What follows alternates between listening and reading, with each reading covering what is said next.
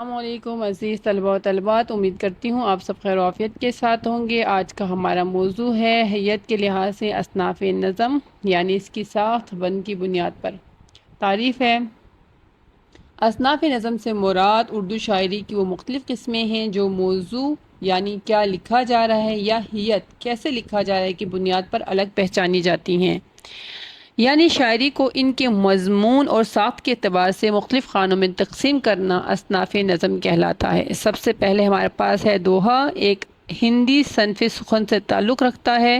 مثال کے طور پر اردو میں شعر، مگر ہندی کا دوہا اردو کی غزل یا نظم کا حصہ شعر کی طرح پابند نہیں ہوتا بلکہ آزاد ہوتا ہے، یعنی ایک آزاد شعر کو دوہا کہا جاتا ہے جس میں قافیہ یا بحر کی کوئی پابندی نہ ہو۔ دوہا دو مصروں کی اپنی مختصر ترین حیت کی وجہ سے انفرادی حیثیت کا حامل ہے۔ مثال دیکھیے، پانی بچا کے رکھیے من میں اتری پیاس، بن پانی سب سونٹ ہے جیون جیسے ناس۔ اس کے بعد ربائی عربی کا لفظ ہے جس کے لغوی معنی چار کے ہیں۔ ربائی کی جمع رباعیات ہیں۔ شاعرانہ مضمون میں ربائی اس صنف کا نام ہے جس میں چار مصروں پر ایک مکمل مضمون ادا کیا جاتا ہے۔ ربائی کا وزن مخصوص ہے، پہلے، دوسرے اور چوتھے مصرے میں قافیہ لانا ضروری ہے۔ ان چیزوں کو آپ نے ذہن میں رکھنا ہے اور بار بار دہرانا ہے۔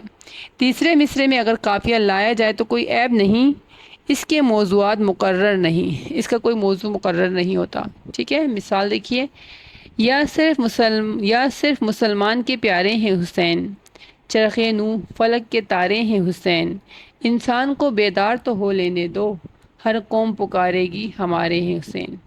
جوش ملی آبادی کا یہ ربائی آپ کے سامنے۔ اس کے بعد آپ دیکھیے قطع، کم سے کم دو شعروں کے مجموعے کو قطع کہتے ہیں۔ قطع کی جمع قطعات، مطلق کی قید سے آزاد اور اشعار کی پابندی سے یہ مبرہ ہوتا ہے، ٹھیک ہے۔ اس قواعد پہ یا یہ اصول اس پر لاگو نہیں ہوتا۔ ہر شعر کا دوسرا مصرع قافیہ و ردیف سے مزین ہوتا ہے۔ قطع کا ایک خاص وصف جو ہے، خوبی جو ہے، وہ حقیقت نگاری ہے، یہ حقیقت کو بیان کرتا ہے۔ مثال دیکھیں، سودا کا شعر ہے، جو حال اپنا ہے لوگوں سے کیوں سناؤں میں، جو راز دل کا ہے ان کو کیوں بتاؤں میں۔ اگلا ہے غزل۔ غزل جو ہے وہ اصناف نظم حیت کے لحاظ سے اس میں شامل نہیں ہوتا، لیکن میں نے اس میں شامل کیا ہے۔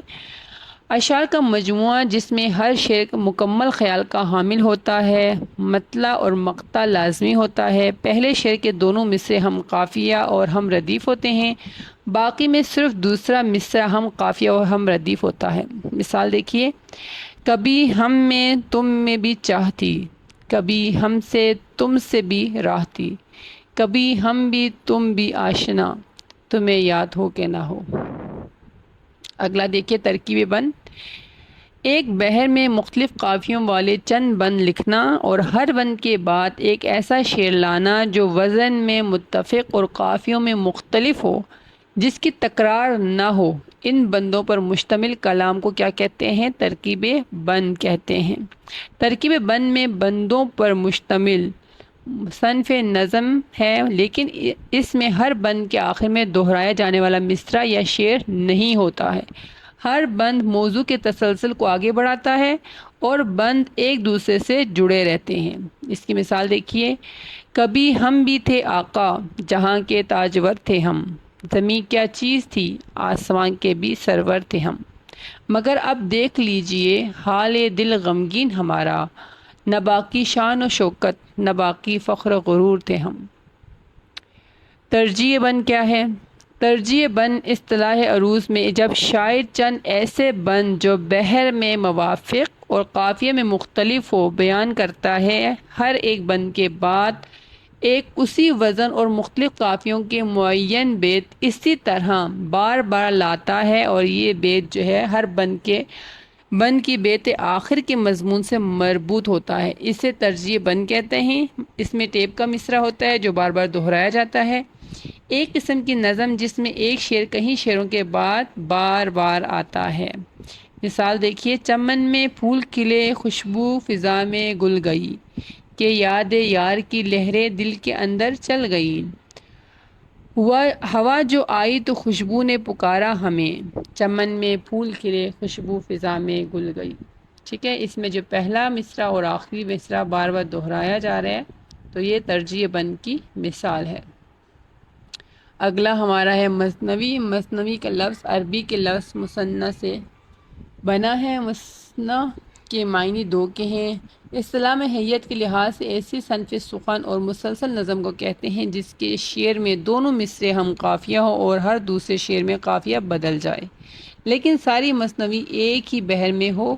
مثنوی میں عموماً لمبے لمبے قصے بیان کیے جاتے ہیں۔ نثر میں جو کام ایک ناول سے لیا جاتا ہے، جیسے ایک ناول میں ایک کہانی، ایک واقعہ بیان کیا جاتا ہے، شعری انداز میں یا شاعری میں وہی کام مثنوی سے لیا جاتا ہے۔ اس میں بھی قصے اور کہانیاں بیان کی جاتی ہیں، یعنی دونوں ہی میں کہانی بیان کرتے ہیں۔ مثنوی ایک وسیع صنف سخن ہے۔ تاریخی، اخلاقی اور مذہبی موضوعات پر کہیں ایک خوبصورت مثنویاں کہی گئی ہیں۔